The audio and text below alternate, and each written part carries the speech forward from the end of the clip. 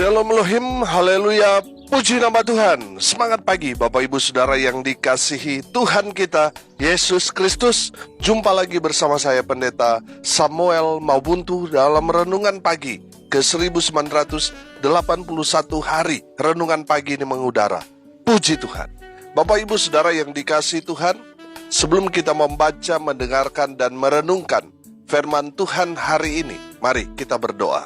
Minta pimpinan Roh Kudus. Kita berdoa.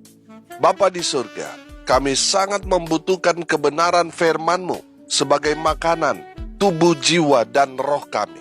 Puaskan kami, kenyangkan kami dengan firman-Mu ini, agar kami kuat menghadapi kerasnya kehidupan ini, dan tetap menjadi terang Tuhan di antara kegelapan, tetap menjadi berkat bagi dunia ini. Kami berdoa di dalam nama Tuhan Yesus, biarlah firman Tuhan ini menjadi rema bagi kami semua yang mendengarkan firman Tuhan ini, diberkati. Dalam nama Tuhan Yesus yang adalah firman Allah yang hidup. Yang percaya katakan amin. Haleluya. Bapak Ibu Saudara yang dikasihi Tuhan, bersama dengan saya kita akan belajar Alkitab dari kitab Kejadian sampai kitab Wahyu. Dan sekarang kita sudah ada di kitab Nehemia pasal 13 ayat 1 sampai ayat 13. Di bawah perikop kesetiaan Nehemia kepada hukum. Demikian firman Tuhan. Pada masa itu, bagian-bagian daripada kitab Musa dibacakan dengan didengar oleh rakyat. Didapati tertulis dalam kitab itu bahwa orang Amon dan orang Moab tidak boleh masuk jemaah Allah untuk selamanya, karena mereka tidak menyongsong orang Israel dengan roti dan air, malah mengupah Bileam melawan orang Israel supaya dikutukinya. Tetapi Allah kami mengubah kutuk itu menjadi berkat. Ketika mereka mendengar pembacaan Taurat itu, mereka memisahkan semua peranakan dari orang Israel. Tetapi sebelum masa itu, Imam Eliasib yang diangkat untuk mengawasi bilik-bilik rumah Allah kami, dan yang mempunyai hubungan erat dengan Tobia, menyediakan sebuah bilik besar bagi Tobia itu. Sebelumnya, orang membawa ke bilik itu korban sajian, kemenyan, perkakas-perkakas, dan persembahan persepuluhan daripada gandum, anggur, dan minyak yang menjadi hak orang-orang Lewi, para penyanyi, dan para penunggu pintu gerbang, dan persembahan khusus bagi para imam. Ketika peristiwa itu terjadi, aku tidak ada di Yerusalem, karena pada tahun ke-32 pemerintahan Artasasta Raja Babel, aku pergi menghadap raja. Tetapi sesudah beberapa waktu aku minta izin dari raja untuk pergi. Lalu aku tiba di Yerusalem dan melihat kejahatan yang dibuat Eliasib untuk keuntungan Tobia. Sebab bagi Tobia ini telah disediakannya sebuah bilik di pelataran rumah Allah. Aku menjadi sangat kesal, lalu kulempar semua perabot rumah Tobia keluar bilik itu. Kemudian kusuruh tahirkan bilik itu. Sesudah itu kubawa kembali ke sana perkakas-perkakas rumah Allah, korban sajian dan kemenyan. Juga kudapati bahwa sumbangan-sumbangan bagi orang-orang Lewi tidak pernah diberikan, sehingga orang-orang Lewi dan para penyanyi yang bertugas masing-masing lari ke ladangnya. Aku menyesali para penguasa. Kataku, mengapa rumah Allah dibiarkan begitu saja? Lalu kukumpulkan orang-orang Lewi itu dan kukembalikan pada tempatnya. Maka seluruh orang Yehuda membawa lagi persembahan persepuluhan daripada gandum, anggur, dan minyak ke perbendaharaan. Sebagai pengawas-pengawas perbendaharaan, kuangkat Imam Selemnya dan Sadok, seorang ahli kitab, dan Pedaya seorang Lewi, sedang Hanan bin Sakur bin Matanya diperbantukan kepada mereka. Karena orang-orang itu dianggap setia, mereka diserahi tugas untuk mengurus pembagian kepada saudara-saudara mereka. Amin firman Tuhan. Haleluya. Bapak Ibu Saudara yang dikasihi Tuhan, dari kebenaran firman Tuhan ini, kita akan belajar 3 hal. Saudara perhatikan di ayatnya yang pertama, di situ dikatakan begini. Pada masa itu bagian-bagian daripada kitab Musa dibacakan dengan didengar oleh rakyat. Didapati tertulis dalam kitab itu bahwa orang Amon dan orang Moab tidak boleh masuk jemaah Allah untuk selamanya. Saudara yang dikasihi Tuhan, menarik dari firman Tuhan ini bahwa firman Tuhan ini secara spesifik mengatakan ada dua suku atau bangsa yang tidak boleh menjadi jemaah Allah atau menjadi umat Tuhan. Saudara, dari firman Tuhan ini kita dapat melihat siapa mereka. Mereka adalah orang Amon dan orang Moab. Kenapa mereka tidak boleh menjadi jemaah Allah? Jawabannya ada di ayat 2. Karena mereka tidak menyongsong orang Israel dengan roti dan air, malah mengupah Bileam melawan orang Israel supaya dikutukinya. Tetapi Allah kami mengubah kutuk itu menjadi berkat. Haleluya. Bapak Ibu Saudara yang dikasihi Tuhan, pertanyaannya, kenapa mereka tidak boleh menjadi umat Tuhan? Karena mereka, dari firman Tuhan ini, mereka adalah orang pelit, orang kikir. Saudara, mereka tidak menyongsong orang Israel. Mereka tidak memberi roti dan air kepada orang Israel, sehingga Tuhan menolak mereka. Amon dan Moab menjadi umat Tuhan. Saudara yang dikasihi Tuhan, kita tahu bahwa dalam konsep keselamatan perjanjian lama, keselamatan itu hanya ada pada satu bangsa, yaitu Israel. Bapak Ibu Saudara, mungkin saudara bertanya, lalu bagaimana dengan bangsa-bangsa lain yang ada pada saat itu di luar bangsa Israel? Apakah mereka diselamatkan? Saudara, kalau kita melihat Yesaya 14 ayat 1 di sana, saya bacakan buat kita sekalian. Sebab Tuhan akan menyayangi Yakub dan akan memilih Israel sekali lagi, dan akan membiarkan mereka tinggal di tanah mereka. Maka orang asing akan menggabungkan diri kepada mereka dan akan berpadu dengan kaum keturunan Yakub. Saudara yang dikasihi Tuhan, dari firman Tuhan ini dapat kita pelajari bahwa bangsa-bangsa lain boleh mereka diselamatkan dalam perjanjian lama, asalkan mereka apa? Menggabungkan diri dengan Israel. Artinya mereka mau menjadi sekutu, menjadi teman, menjadi orang-orang yang mensupport bangsa Israel. Mereka dalam firman Tuhan ini, mereka telah menggabungkan diri sehingga mereka berpadu dengan kaum keturunan Yakub, yaitu bangsa Israel. Mereka diselamatkan. Jadi orang-orang di luar bangsa Israel kalau mau diselamatkan, mereka harus menggabungkan diri, mendukung bangsa Israel. Nah, orang Amon dan orang Moab ini tidak melakukan itu. Ketika bangsa Israel sedang susah, kelaparan, haus, mereka tidak memberikan makanan, roti atau air minum kepada mereka. Saudara yang dikasihi Tuhan, mereka malah menggunakan jasa Bileam untuk apa? Untuk mengutuk bangsa Israel. Saudara yang dikasihi Tuhan, sekarang ini lagi gempar ini peperangan Israel, Hamas, Palestina. Nah, saudara yang dikasihi Tuhan, pertanyaannya, bagaimana posisi kita umat Tuhan?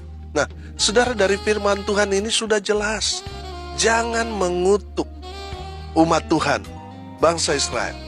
Walaupun mereka memang keras kepala, tegar tengkuk, mereka memang, saudara, kalau pergi ke Yerusalem, saudara, jalan salib, saudara bisa diludahi, saudara bisa didorong, bisa dihina dan sebagainya. Tapi tetap hukum Tuhan berlaku kepada mereka. Kita tidak boleh mengutuk mereka. Saudara yang dikasihi Tuhan, sekarang ini saudara perhatikan, rame-rame orang mengutuk. Bahkan beberapa waktu yang lalu gereja juga ikut-ikutan mengutuk, saudara. Saudara, firman Tuhan ini selama ada Alkitab tertulis itu berarti berlaku sampai akhir zaman. Ya, barang siapa mengutuk umat Tuhan, keturunan Abraham, Ishak, Yakub, yaitu Israel, mereka akan dikutuk, saudara. Bapak ibu saudara yang dikasihi Tuhan, sebaliknya orang yang memberkati akan diberkati. Itu hukum Tuhan yang tidak boleh kita sangkali, saudara. Itu berlaku sampai akhir zaman, bahkan selamanya. Nah, saudara yang dikasihi Tuhan, kita kembali lagi, kenapa Amon dan orang Moab ditolak menjadi jemaah Allah, ditolak menjadi umat Tuhan? Karena mereka kikir, mereka pelit, mereka tidak mau berbagi dengan umat pilihan Tuhan, memberi support melalui roti dan air kepada mereka yang sedang kesusahan. Akhirnya apa, saudara? Ditolak Tuhan. Mereka malah mengutuki Israel, makanya mereka dikutuk. Tidak boleh jadi umat Tuhan. Nah, kalau tidak boleh jadi umat Tuhan, itu berarti saudara binasa kekal selamanya di neraka. Saudara yang dikasihi Tuhan, saya teringat 1 Korintus 6 ayat 10, di sana dikatakan orang kikir, orang pelit tidak akan mendapat bagian dalam kerajaan Allah. Saudara yang dikasihi Tuhan, jadi kalau saudara punya sesuatu tetapi saudara tidak mau berbagi, saudara tidak akan mendapat bagian dalam kerajaan Allah. Ini firman Tuhan yang mengatakan. Saudara, saya percaya ketika kita memberi, kita tidak akan kekurangan. Kita tidak akan miskin. Ketika kita digerakkan Tuhan untuk memberi, saudara, jangan menahan, jangan menolak, tapi lakukan itu. Saya percaya ketika kita memberi, kita pasti diberkati. Amin. Saudara lihat janda di Sarfat itu kan, tepungnya itu tinggal segenggam tangannya, saudara, tinggal segitu. Itu mungkin roti terakhir yang dia buat untuk dia dan anaknya. Lalu datanglah Nabi Tuhan Elia untuk meminta supaya janda ini membuatkan dia roti. Saudara yang dikasihi Tuhan, apa yang dilakukan janda di Sarfat ini? Kalau seandainya dia mau serakah, dia mau egois, saudara, dia pasti nggak mau dengar apa kata Nabi Tuhan itu. Tapi saudara lihat, janda di Sarfat ini, saya melihat ini memang orang yang belas kasih, orang yang murah hati, sehingga dia tidak egois.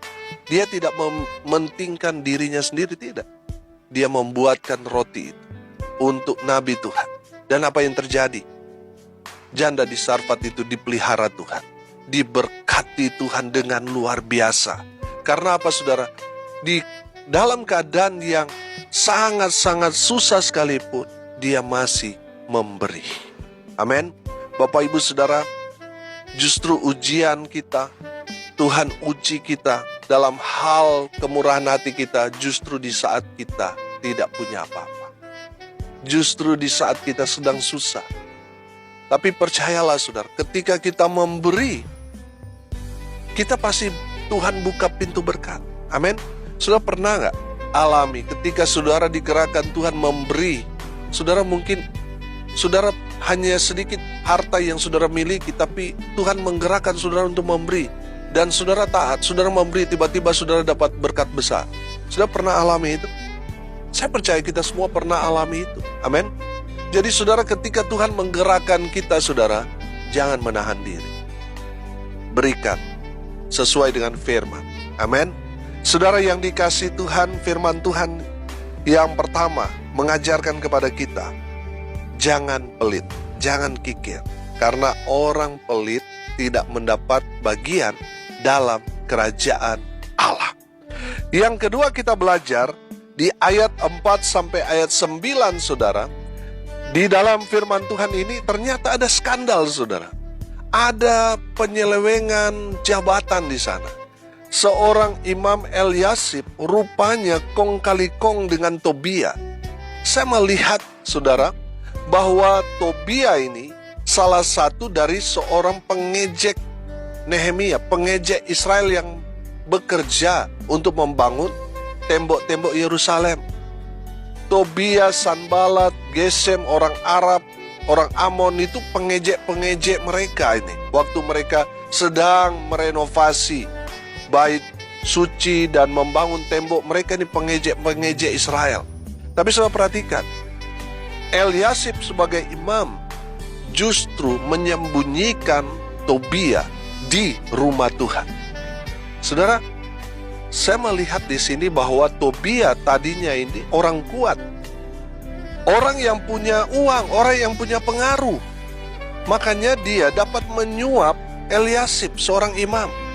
Saudara yang dikasihi Tuhan, perhatikan bahwa Tobia ini, seorang pengejek Israel, justru tinggal di rumah Allah. Saudara yang dikasihi Tuhan, saya menangkap pelajaran di sini, saudara, bahwa Nehemia ketika dia pulang menghadap Artasasta, dia pulang ke Yerusalem, dia mendengar, dia melihat, dia menangkap bahasa bahwa ternyata betul ada Tobia di dalam rumah Allah, disembunyikan oleh Imam Eliasib. Sehingga Nehemia marah besar. Nehemia melihat ini kejahatan besar, saudara.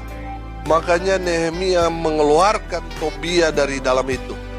Dan saya percaya Eliasib dipecat oleh Nehemia, saudara, karena kompromi dengan orang-orang pendosa seperti Tobia. Nah, saudara yang dikasihi Tuhan, pelajaran yang kedua kita dapatkan di sini. Jangan kompromi dengan orang-orang yang tidak hidup dalam kebenaran. Jangan kompromi, saudara, karena saudara mungkin mendapat upah bayaran yang besar, akhirnya saudara kompromi dengan dosa. Bertobat, saudara yang dikasihi Tuhan.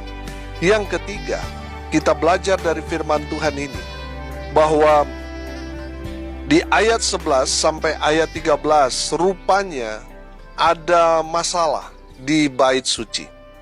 Masalahnya di mana? Masalahnya dari orang-orang Lewi. Kenapa? Karena orang-orang Lewi ini mundur dari pelayanan karena mereka tidak mendapatkan haknya. Saudara dengar ini baik-baik. Orang Lewi salah satu suku yang tidak mendapat upah. Mereka ini ditugaskan untuk melayani umat Tuhan di bait suci. Jadi ketika mereka melayani umat Tuhan, mereka sudah melayani Tuhan. Dan mereka hidup daripada 11 suku yang memberi persepuluhan. Jadi segala kebutuhan mereka dicukupkan oleh 11 suku Israel. Dengan apa? Memberi perpuluhan. Perpuluhan itu milik siapa? Untuk orang-orang Lewi yang melayani Tuhan. Jadi saudara yang dikasihi Tuhan, dalam firman Tuhan ini kita dapat melihat bahwa ketika Nehemia pulang ke Yerusalem, dia melihat di bait suci ini hamba-hamba Tuhan sudah tidak ada. Kemana mereka? Mereka rupanya sudah kembali menggarap ladang dan sebagainya. Kenapa itu terjadi? Karena 11 suku ini hidup masa bodoh. Mereka tidak mau peduli. Mereka mementingkan diri mereka sendiri. Sehingga pelayanan di bait suci itu terabaikan. Nah, melihat itu, Nehemia marah, saudara, kepada 11 suku Israel ini. Karena mereka mengabaikan apa yang menjadi kewajiban mereka. Bapak, Ibu, Saudara yang dikasihi Tuhan, dari firman Tuhan ini kita belajar, saudara. Jangan lalai memberi persembahan persepuluhan. Karena apa?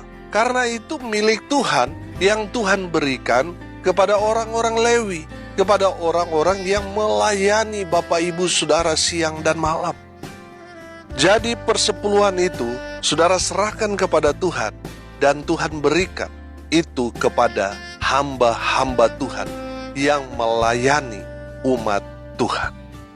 Saudara yang dikasihi Tuhan, jangan mengabaikan, jangan melalaikan.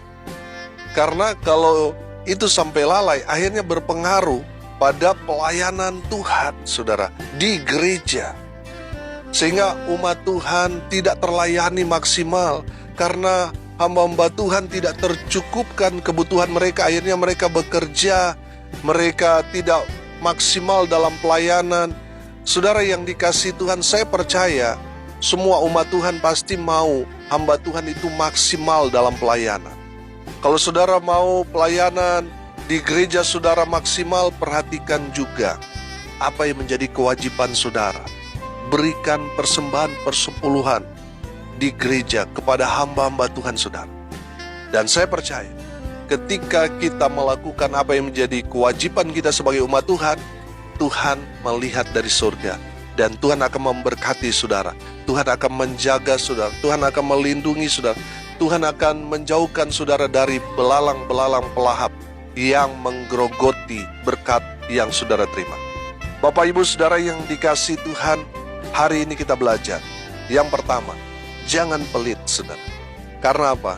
Karena orang-orang pelit kikir tidak mendapat bagian dalam kerajaan Allah. Yang kedua kita belajar, jangan kompromi dengan dosa. Yang ketiga kita belajar, jangan lalai memberikan apa yang menjadi bagian Tuhan. Persembahan persepuluhan itu untuk Tuhan, dan Tuhan berikan itu sebagai tanah pusaka orang Lewi atau orang-orang yang melayani Bapak Ibu Saudara sebagai gembala. Amin. Mari kita berdoa.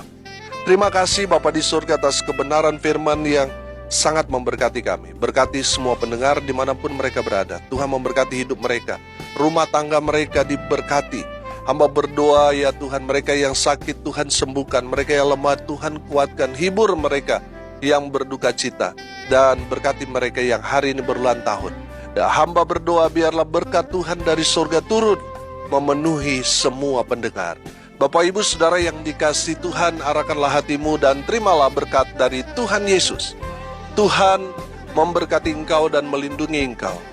Tuhan menyinari engkau dengan wajahnya dan memberi engkau kasih karunia. Tuhan menghadapkan wajahnya kepadamu dan memberi engkau damai sejahtera. Di dalam nama Tuhan Yesus, sumber segala berkat. Bapak Ibu Saudara yang percaya, diberkati Tuhan, katakan amin. Puji Tuhan. Bapak Ibu Saudara yang dikasihi Tuhan, kalau saudara merasa diberkati melalui renungan pagi ini, bagikan juga kepada saudara-saudara yang lain, supaya mereka juga diberkati. Karena untuk itulah kita dipanggil, untuk jadi berkat. Saudara yang dikasihi Tuhan, tidak terasa 19 hari lagi kita akan tepat renungan pagi ini berusia hari ke-2000.